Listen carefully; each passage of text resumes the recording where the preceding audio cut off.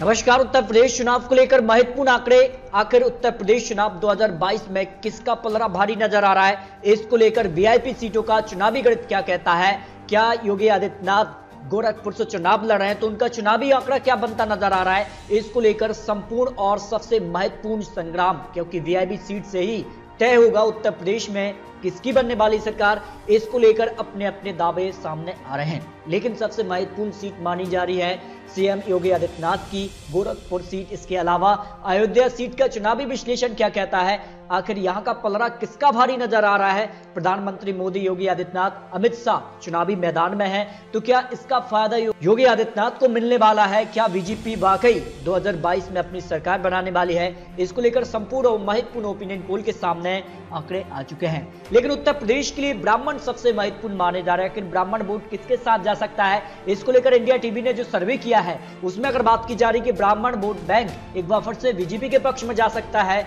2014 लोकसभा चुनाव, इसके अलावा 2017 में जो चुनाव था और 2019 लोकसभा में कहीं ना कहीं यूपी के ब्राह्मण वोट बैंक बीजेपी को समर्थन मिलता रहा है। और अनुमान लगाया जा रहा है कि 2022 चुनाव में भी बीजेपी को 62% ब्राह्मण वोट बैंक का सपोर्ट मिल सकता है। समाजवादी पार्टी को 20%, जबकि यहां पर मायावती जी पार्टी के लिए बीएसपी को 6%, कांग्रेस को 6%, अन्य खाते में 6% यहां पर ब्राह्मण वोट बैंक मिलने का अनुमान इंडिया टीवी ने लगाया है। लेकिन इसके अलावा काफी महत्वपूर्ण माने जा रहे हैं कि यहाँ के यूपी के मुसलमान किसके साथ जा सकते हैं। क्या अजहरुद्दीन ओवैसी चुनावी मैदान में है और उन्होंने दावा कर दिया कि इस बार यूपी के मुसलमान उनका साथ देने वाले हैं। जो अनुमान लगाया है, जो ओपिनियन पोल निकल कर आ रहा है, इसमें अगर बात की जाए तो बीजेपी को 4% ओपिनियन पोल के हिसाब से ब्राह्मण जो वोट बैंक है उसका समर्थन है।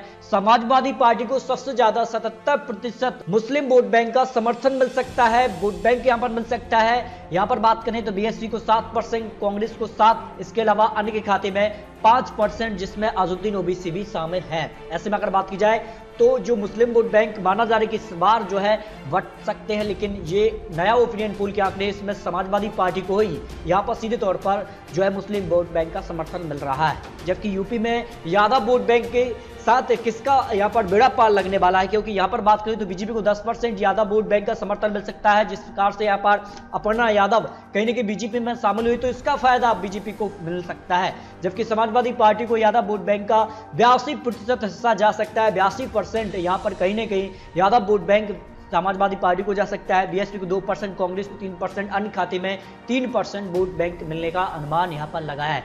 यानी हाल ही में जो नया ताजा सर्वे आ रहा है, इस हिसाब से काफी कुछ हलचल देखने को मिल रही है।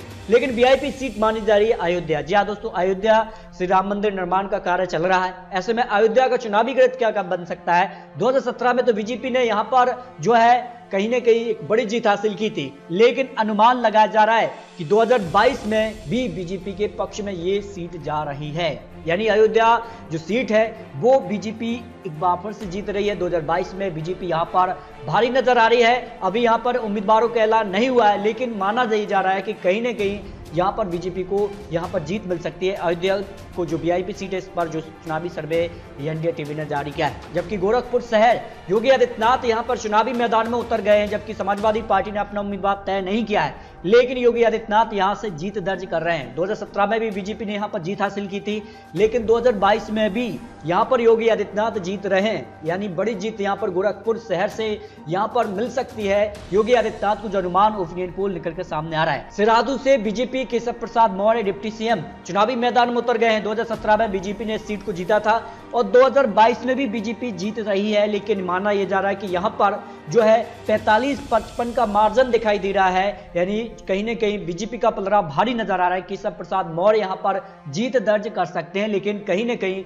यहां पर आसान जीत नहीं होगी, जो अनुमान ओपिनियन पोल में लगा है। यानी 3 वीआईपी सीटों के अलावा अगर बात की जाए तो उत्तर प्रदेश की सभी 403 सीटों पर भी आपको आंकड़े दिखाएं तो बीजेपी का पलड़ा यहां पर भारी नजर आ रहा है। जो हाल ही का सर्वे है, 230 से 235 विधानसभा सीटें बीजेपी के पक्ष में जा रही हैं। हालांकि बीजेपी 2017 के मुकाबले काफी पीछे नजर आ रही है, जहां 2017 में बीजेपी 300 पार चली गई थी, लेकिन बीजेपी कहीं ना कहीं 80 से 100 सीटों का नुकसान है, लेकिन फिर भी सरकार बनाने के आंकड़े तक पहुंच रही है। समाजवादी पार्टी को 160 से 165 सीटें बहुमत के आंकड़े से पीछे नजर आ रही है, लेकिन कहीं ना कहीं बीजेपी को टक्कर देती नजर आ रही है। बीएसपी की बात की जाए तो 2 से 5 सीट, कांग्रेस को 3 से 7, अन्य की बात की जाए तो 1 से 3 विधानसभा सीटें मिलने का अनुमान यहां पर लगाया जा रहा है। यानी उत्तर प्रदेश चुनाव के लिए बीजेपी सबसे बड़ी पार्टी बनते नजर आ रही है, सरकार बनाने के आंकड़े तक पहुंच रही है। लेकिन ये तो चुनावी आंकड़े, चुनावी अनुमान है। आपको क्या लगता है, क्या अखिलेश यादव 2022 में वापसी करने वाले हैं या योगी आदित्यनाथ सरकार की ही सरकार बरकरार रहेगी? इस पर अपनी राय कमेंट बॉक्स में जरूर रखिए।